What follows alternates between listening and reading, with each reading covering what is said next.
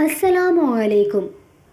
دنیا کی تاریخ میں بہت سارے ایسے فرعون گزرے ہیں جن کو ان کی دولت کے نشے اور بادشاہت نے مغروریت کے دلدل میں اس قدر پھنسا دیا کہ تکبر میں آ کر وہ خدائی کا دعویٰ تک کر بیٹھے۔ یہ بدبخت لوگ خدا کی وحدانیت کو للکار کر معاذ اللہ خدائی کا دعویٰ کر بیٹھے۔ اس کے باوجود اللہ تبارک و تعالیٰ نے ان کو ہدایت کی طرف بلانے کے لیے ان کی طرف بے شمار انبیاء کرام کو مبعوث فرمایا، لیکن وہ پھر بھی اپنی سرکشی اور انا پرستی پر اڑے رہے۔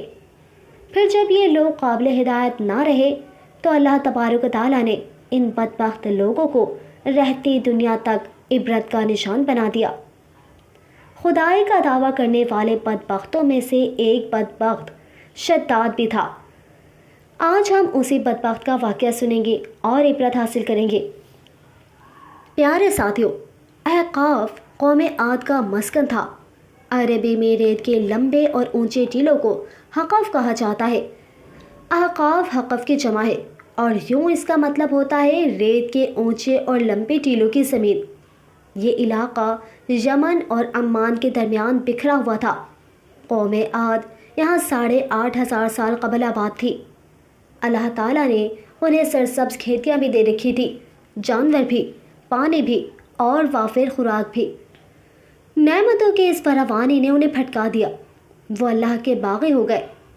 ہدایت کے لیے حضرت ہود علیہ السلام کو بھجوایا گیا۔ وہ انہیں تبلیغ کرنے لگے، لیکن عاد ان کا مذاق اڑانے لگے۔ وہ شرک سے پیچھے ہٹنے کے لیے راضی نہ ہوئے۔ شداد اس قوم کا بادشاہ تھا۔ یہ 2 بھائی تھے، شدید اور شداد۔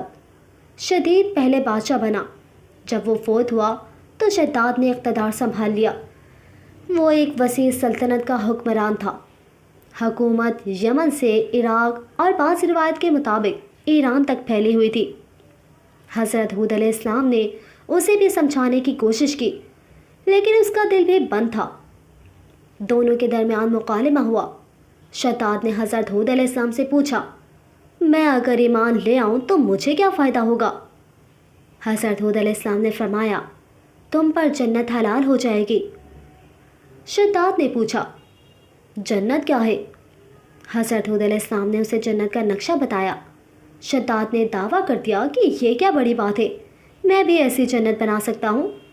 حضرت ہود علیہ السلام نے اسے اس کفر اور اس شرک سے روکنے کی کوشش کی، لیکن وہ باز نہ آیا۔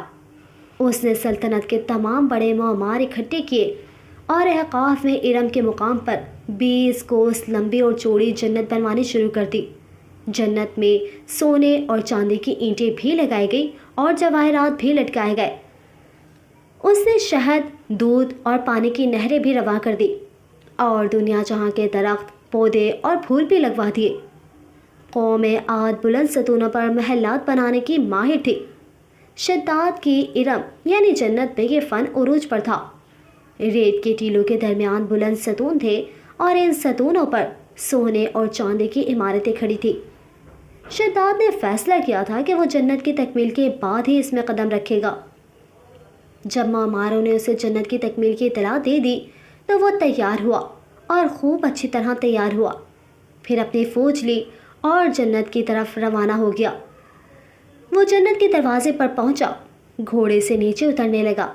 ابھی اس کا ایک پاؤں زمین پر اور دوسرا گھوڑے کی رکاب پر تھا کہ ملک الموت آ گیا۔ شداد نے اس سے صرف جنت میں قدم رکھنے کی مہلت مانگی، لیکن فرشتے کا جواب تھا، اللہ تعالیٰ کا حکم ہے کہ میں تمہیں تمہاری جنت میں قدم نہ رکھنے دوں۔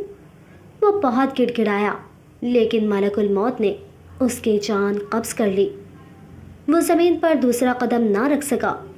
شداد کی موت کے بعد حضرت جبرائیل امین نے چیخ ماری اور شداد کی پوری جنت زمین میں دھس کر غائب ہو گئی۔ شداد کا انجام قوم عاد کے لیے کافی تھا، لیکن جب انسان کی عقل پر غرور کا پردہ پڑتا ہے تو شداد ہو یا شدید، اسے کسی کا انجام دکھائی نہیں دیتا۔ حضرت ہود علیہ السلام قوم کو شداد کا انجام بتا بتا کر ڈراتے رہے، لیکن عاد نہ مانے، یہاں تک کہ وہ مایوس ہو گئے۔ اللہ تعالیٰ نے حضرت ہود علیہ السلام کو انہیں اپنے ساتھیوں کے ساتھ علاقے سے نکل جانے کا حکم دے دیا اور وہ قوم عاد کو آخری بار سمجھا کر احقاف سے نکل گئے۔ اللہ تعالیٰ نے حضرت ہود علیہ السلام اور ان کے ساتھیوں کے نکل جانے کے بعد عاد پر خوفناک آندھیاں مسلط کر دی۔ وہ آندھیاں 7 راتیں اور 8 دن چلتی رہی، یہاں تک کہ پوری قوم اپنے بلند ستونوں اور سونے اور چاندی کی عمارتوں سمیت زمین میں دفن ہو گئی۔ قوم عاد کا نشان تک نہ رہا، پوری وادی ریت کے صحرا میں گم ہو گئی۔